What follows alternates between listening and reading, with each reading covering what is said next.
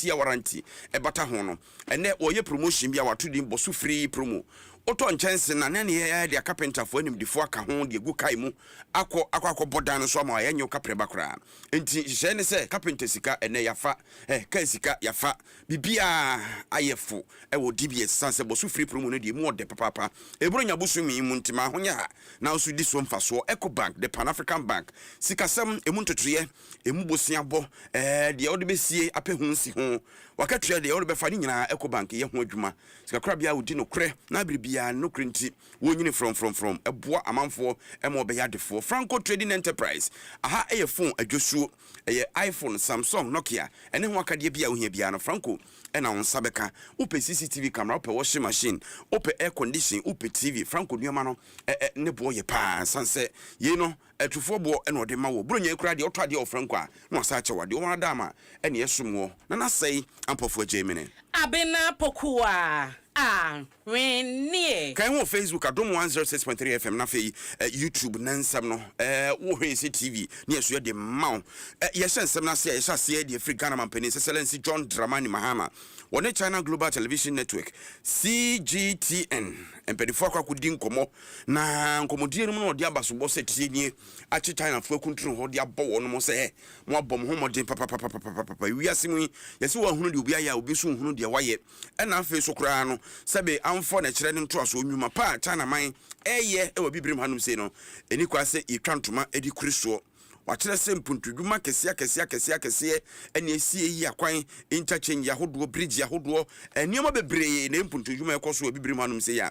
China man no na ne nsa hyase ya wɔsoso ye aman ahodoɔ efifiri si mpuntuo mu asene ɛwa bibirim hanum sei aboa mo agyina wɔn nan so na wakyerɛm sɛ China bɛyɛ yonkopa ho behia sɛ enkabɔ mu ne ayonkofa na yefa no ekɔ ebro baabi a egyina ikra ne mfasodie eba ma yɛn nyinaa no wasere China man ne sɛ wono mo eboa aso yensa ameya pagya ye ho mpuntuo mu no ade ba ko hia ne so mba bebie wonwuma ebi ewo man mu mfidijuma kese a ene ye nso de obo ade de adom ye ne nsesa no saa emfa nkonimum ye be sakra ni na China fo na nkasa so onmanya eso mfaso yentie Ghana Mampani. China has been a true friend of Africa, and I believe that under the Belt and Road Initiative and under FOCAC, major infrastructural projects that are transformative have occurred in many African countries. I can speak for Ghana. We discovered huge quantities of gas offshore, and we decided that we wanted to use that gas for power. But you need to process that gas before you can generate power in a thermal plant. And so China invested almost $1 billion to set up our first gas processing plants at a place called Echiabo in Ghana. Up to today, it produces the bigger parts of gas to fire our power production in Ghana. And so that is a symbol of the cooperation between China and Ghana. We have our second largest hydroelectric power dam at a place called Bui. Yeah, that also was a power plant that was built by China. Everywhere you look, you can find the footprints of China. Anyway, and some Ghana Mampani Excellency John Dramani Mahama to Jabro ne China Global Television Network. Edin common we no de ehwe say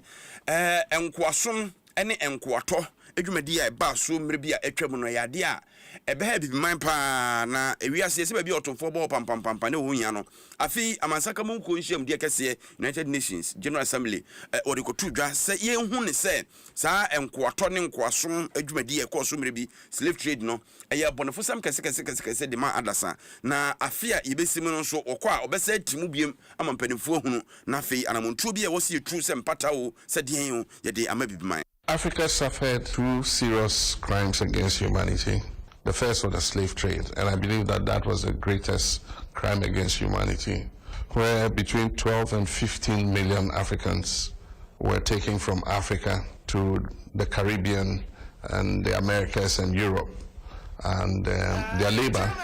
was used to build what today is modern Western civilization. This labor was unpaid labor. They were not remunerated for the work they did in the sugarcane fields, in building the railways, in building the roads, the bridges, and all that. We believe that first and foremost, it should be recognized as the greatest crime against humanity, and we must condemn the activity of slavery. That's the first step is for us to accept. And so Ghana wants to move a motion in the UN next year asking the world to recognize the slave trade as the greatest crime against humanity. His Excellency John Dramani Mahama Ghana Mampeni and our Telecom. Yena share a sankafo ni omujumadi obeka ya nanu ya nene nsanya na eye opedima bosume de to so enso sada na ni afepepe po man Ghana kwa bato so na womodi kokromotie kotintim ye ekotre kandifu a womususu so medi oman ye ni ma wode sakraye ebeba na ekeka kwa fimu ne de ekoto abane de eye 7th eye December no na 7th January ankasa ne mampani afe eso so otena so swaye so akofnamu a wo hyase ebu oman no na sa abosome kakra atwamu yi emu adwuma no ekosen asenkafo sunsanso be na wo mu enyaye esunsanso ebo mo so no na eye papa anase enye papa eno na sese no Concerned Drivers Association of Ghana eno eye senkafo ko bako wo mu ayensam twefo hiem ede nsem bi atudwa wo mu kyese no kranie afimu ni de enioma koyie ama wo mu pa de di kan eye fanwa ne bo aba fam ye ba fam no so no ejina ho ya enkosoro edanchenso a spare pass bo na oman nan kasa no sa wo hwe sikasam toto ya oman ni mu nyina no ase agina ye ebi eyesidi na hoden ene ba bia inflation wo gina ye ene na best 6.3 no na kire se oman ni sikasam no enioma asesa oyaw bia no wo mo efam ne eka na wo mo ebo no afia atwamu na ene no entesa eno ene wo mo kire se wo mo de wo mo keka nioma sie de ehwede a akoyie ama wo mo you woman idia. You shouldn't say ya or the atour. Efa transporter. A year ni yentu lord for me. A year ni wama petrol jina. A year ni wama dollar a jina. And don't you say you need to send your man in a near Casse, a driver for Yadanasi, Ebimra, and don't you know your money 90% no. Because you're showing you ma or ye in crossing and Cramantemra na o deserve say as a bonabas. Ena wote ye no ti opanya okasa ye William Osei wono ena wo ye dwemtene ema ekuo no na eno ti no ena wosanso kasa fa akwan ho wo so hwe Ghana afaran bebre no a akwan sede aban ye eguso mo eyi akwan no senkane so de kwan so no nam enti ye yi akwan na wonfa na asan o ma sen no kofa akwan bone so ne nse wo ma sen mo mototo spare pass de a ne no so no aban no esabasobo say ye hwe amasama akwan Yasha Kaswa Quine, Yasha Motorway Quine, Yasha Aflawo Quine, Yasha Akosomo Quine, Yasha Mikrom Aquam Jakiti Quine. Ah, now Cobraf area. They were contractors a year to Mano and buy a driver for young Adjei. And it is a name friend near Shiama. A fit a chum and from what you chum near Shafi, a fit Bakuya. Near Oman Penny John Mama and the ministers and the penny for I am a driver for now. Na SSA, your boy and Papa John Mama Abaso. Concerned Drivers Association of Ghana, Mujamteni, William Osei, not Tenenkano. Trade Union Congress, Omeimu, Edmund Fokuba time, and now Omodia to just say, and nay, Yabamanie, say in Fiempino. Any adwenu ensia fufufura baba besim no ye hyase na kwaba de maye ne se yatukania any nsuo bomu no no muti use for de nya de ometi ase na te ase kina esansa abane omusi nkunwa na katua ntum ode ma omo no ohom nchemu kunu pe sabe adwe ba tanye na aduane no kodusini no wasa akwa kobuso na aban si woni sika a chese afi no ototo ne nioma enso abana asa no homra ne ama wono mate ase ampampa so kodwa so awu no se ne nioma bo akane ne hwirihwiri no ahwan abafom dollar yi agina fa ho bo agina ntidi ebiem na eye nyina so nche o se aturu nsuo ene kane abo mu twetwefo pani edema TUC Joshua Ansan akyerem se aban eye na adwe se chinchinchia akye opeso utu sa na mo no a adwumafo no ne ntra ho gono so kra ntom de wono mo ka kyerɛ se animu ye sa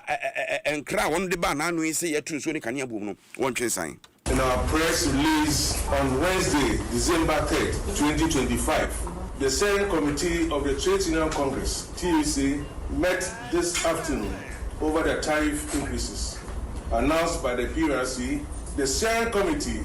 deliberated extensively on the tariff decision, including the processes followed by the PRC in this so-called major tariff round. The leadership of TUC at the steering committee this afternoon affirmed its outrage by the decision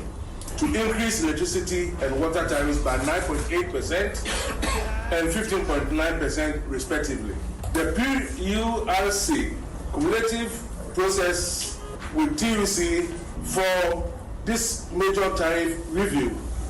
as commenced at the meeting held at Aliza Hotel, was not conclusive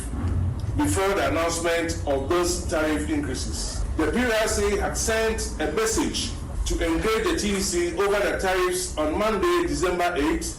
only for the Commission to miraculously announce the tariff on December 2nd, 2025. Eti twatwa pani edema ye TUC ra Joshua Ansa ena otenin kanona owie na okirem se aban akatuantum odi amadwenfo nankasa kura no omu sungu omoyem enti bibi foro beba aba be sakatua na se agufom ama ye hunhyɛ da hunso mfaso de a na ne akwakwa esa kwasi koso gina kwantia. Following our meeting this afternoon, the TUC has resolved as follows. 1. In the spirit of fairness and mutual respect for our social partnership, we demand that government suspends the announced tariff increases. The government and PURC should, as a matter of priority, immediately engage as agreed to exhaust the consultative process. Leadership of TUC wishes to assure Ghanaian workers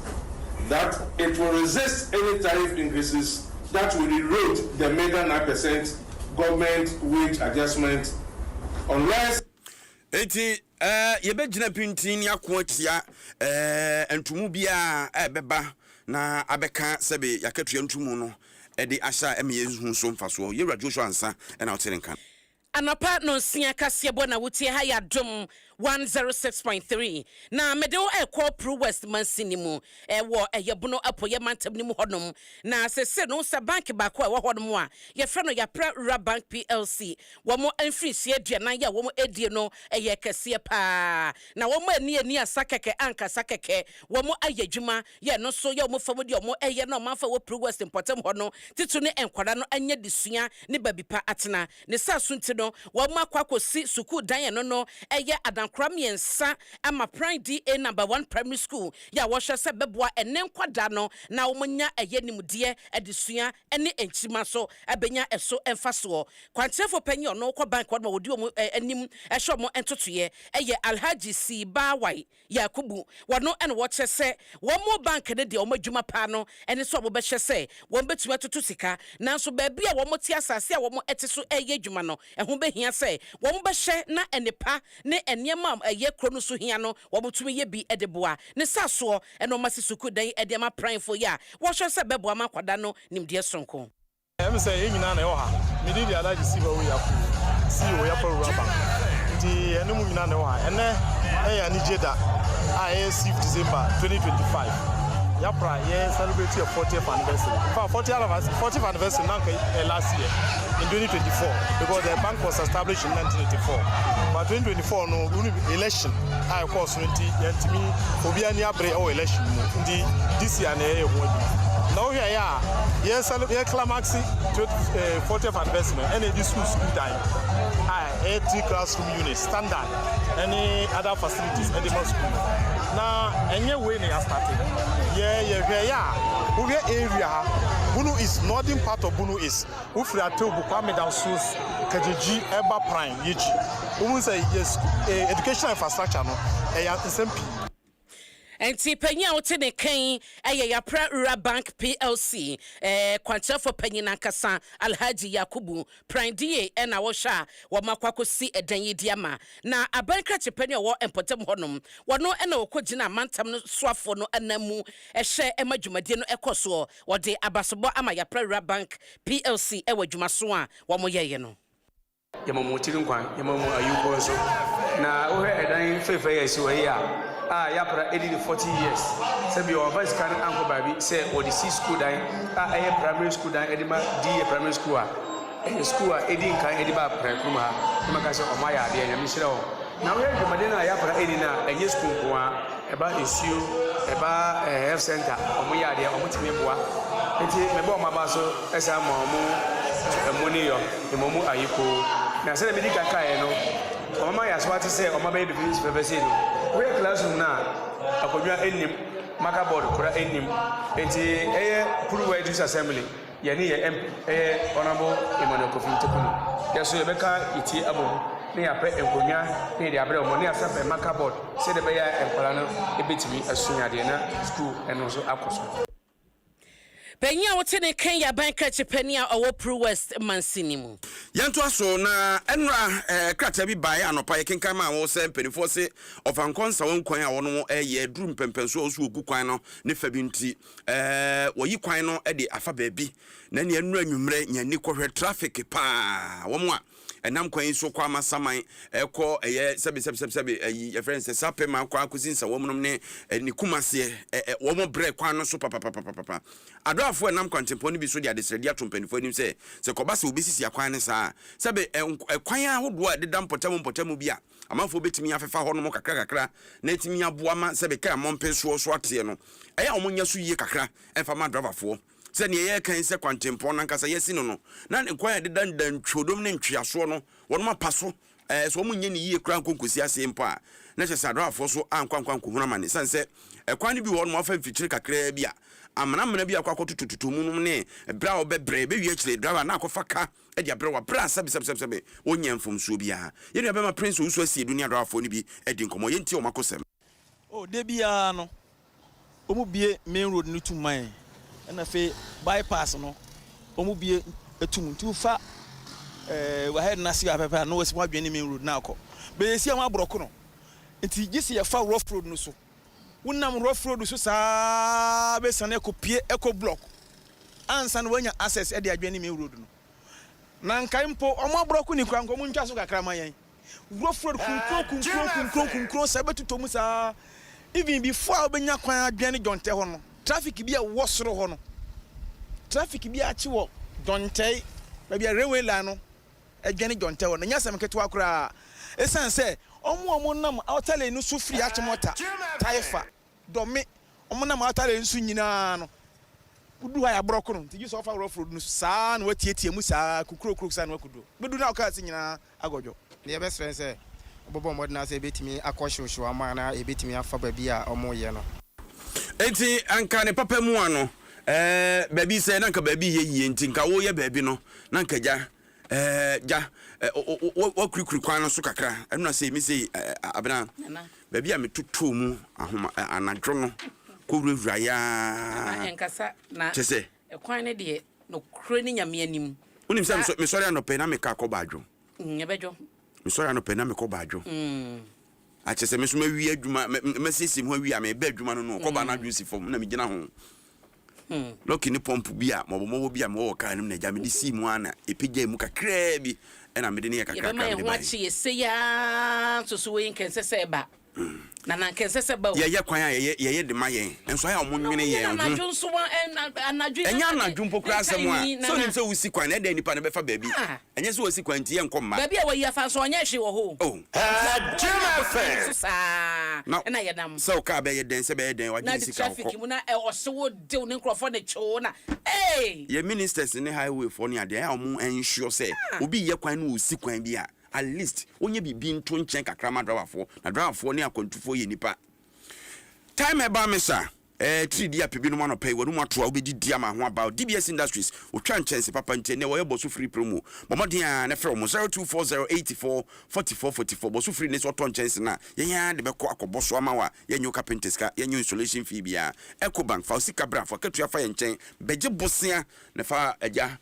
koye wadwuma emfa so ba so na ebusuafo adi Franco Trading Enterprise ton phone papa ne ho ka de CCTV washing machine TV no ne ho keka ho Adjei 7 said ne Franco oto ade no ochewade ye fem na say Ampofo Adjei Abena Opokua Ahweneɛ Jagri Boas na afei bafo reduam ene boy chidom Johnson sem